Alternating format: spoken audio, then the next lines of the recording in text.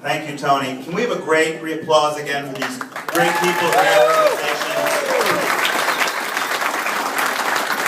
You know, what we all do here is really important because we write checks for these important organizations, but these people are down in the trenches doing the work, and we really, really, really appreciate that.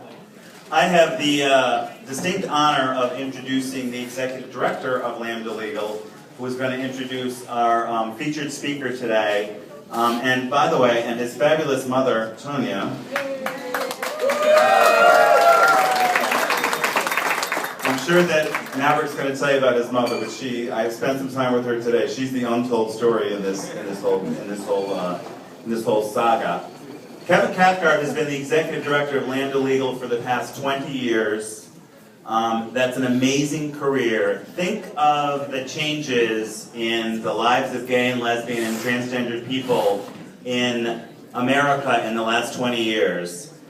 Kevin's vision and foresight and Kevin's efforts on behalf of this organization, which litigates for people to make those rights happen, has been immeasurable. And we're really pleased to have Kevin Cathcart here with us today, celebrating his 20th anniversary at Lambda Legal.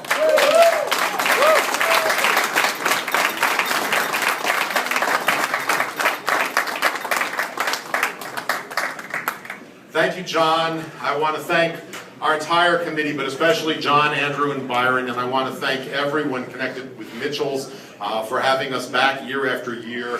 And I want to thank all of you for being here because it's really your support that makes our work possible. So I was thinking about this. I go to events all over the country. It's the main thing that I do. I go to events. And there are three things that separate this event from almost everything else that I go to. First of all, nowhere else do elected officials turn out like in Connecticut. It is unbelievable year after year.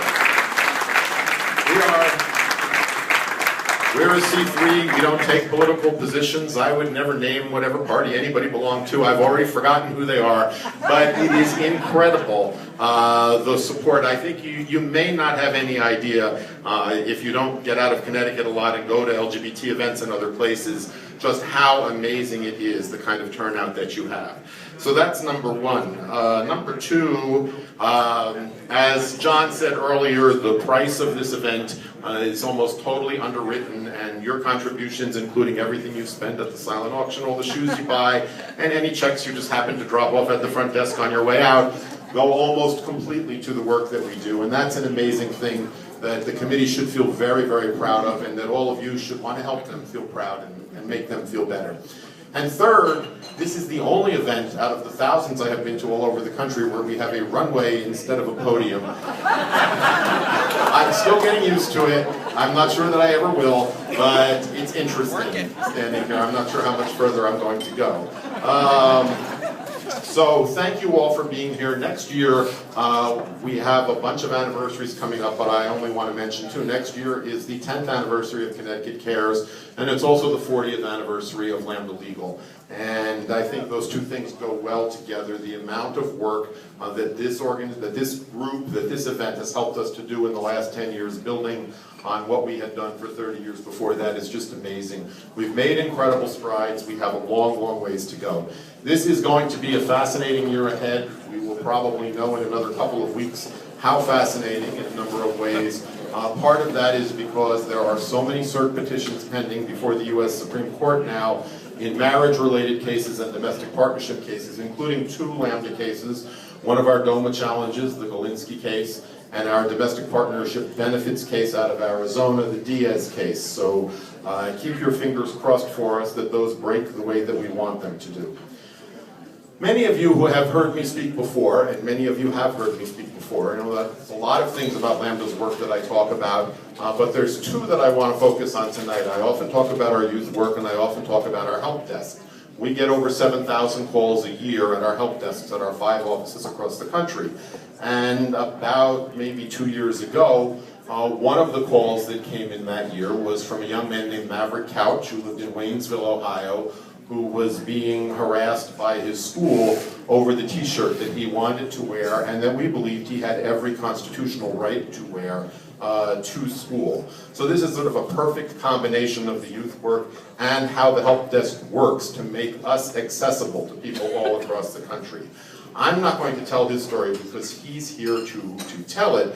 But I want to say, as you listen to his story, I hope you will recognize that this is also your story, because it is your support that made it possible for us to do the case, that made it possible for him to, it's starting to sound like it's really long, sorry, to wear the shirt that caused the school to crumble to the ground. Actually, it didn't. They were afraid it would, but it didn't. So you should feel very proud of that.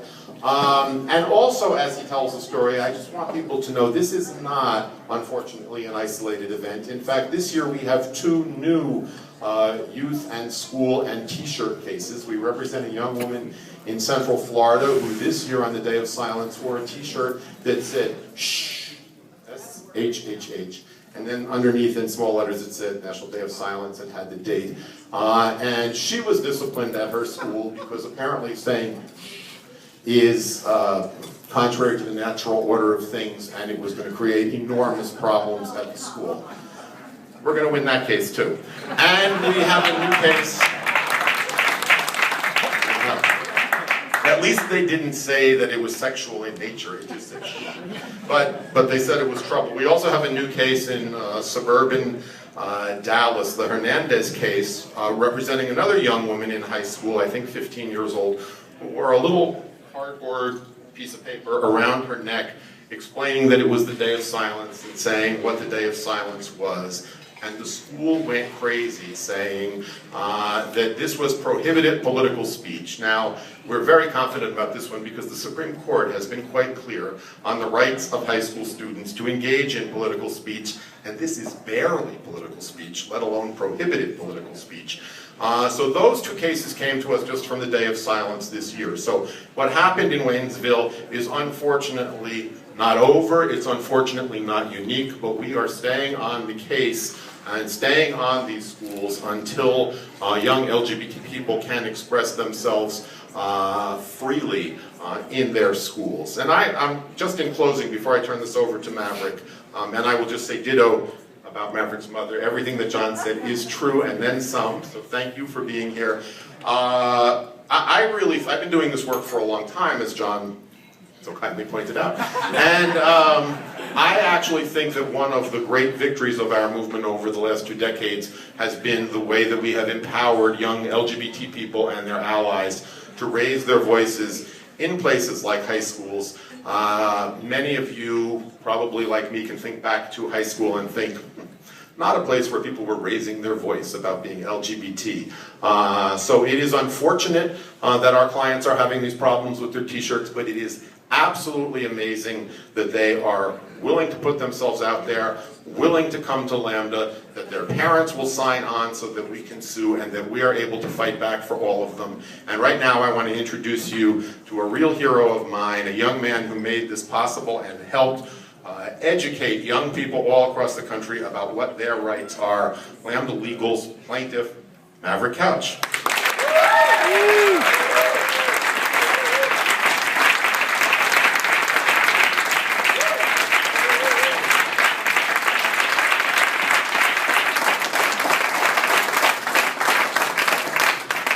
2 years ago, when I tried to wear my Jesus is not a homophobe t-shirt, I was baffled when my school and principal would find it, as they say, sexual and indecent. After I was pulled from my class, my principal told me I was a disruption to the educational process and forced me to take my shirt off. I didn't understand how I was disrupting the educational process, and I still don't understand which part of my shirt is sexual and indecent.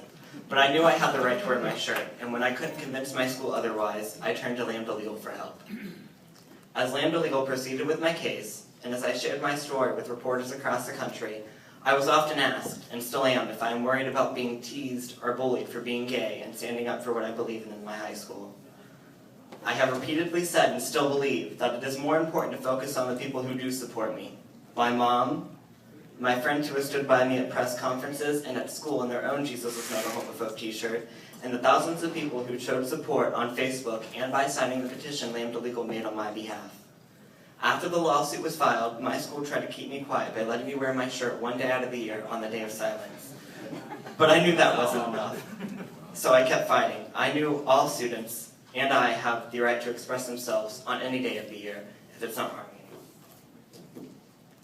Last year, in May, my school admitted all wrongdoing, and I can now wear my shirt on whatever day I please.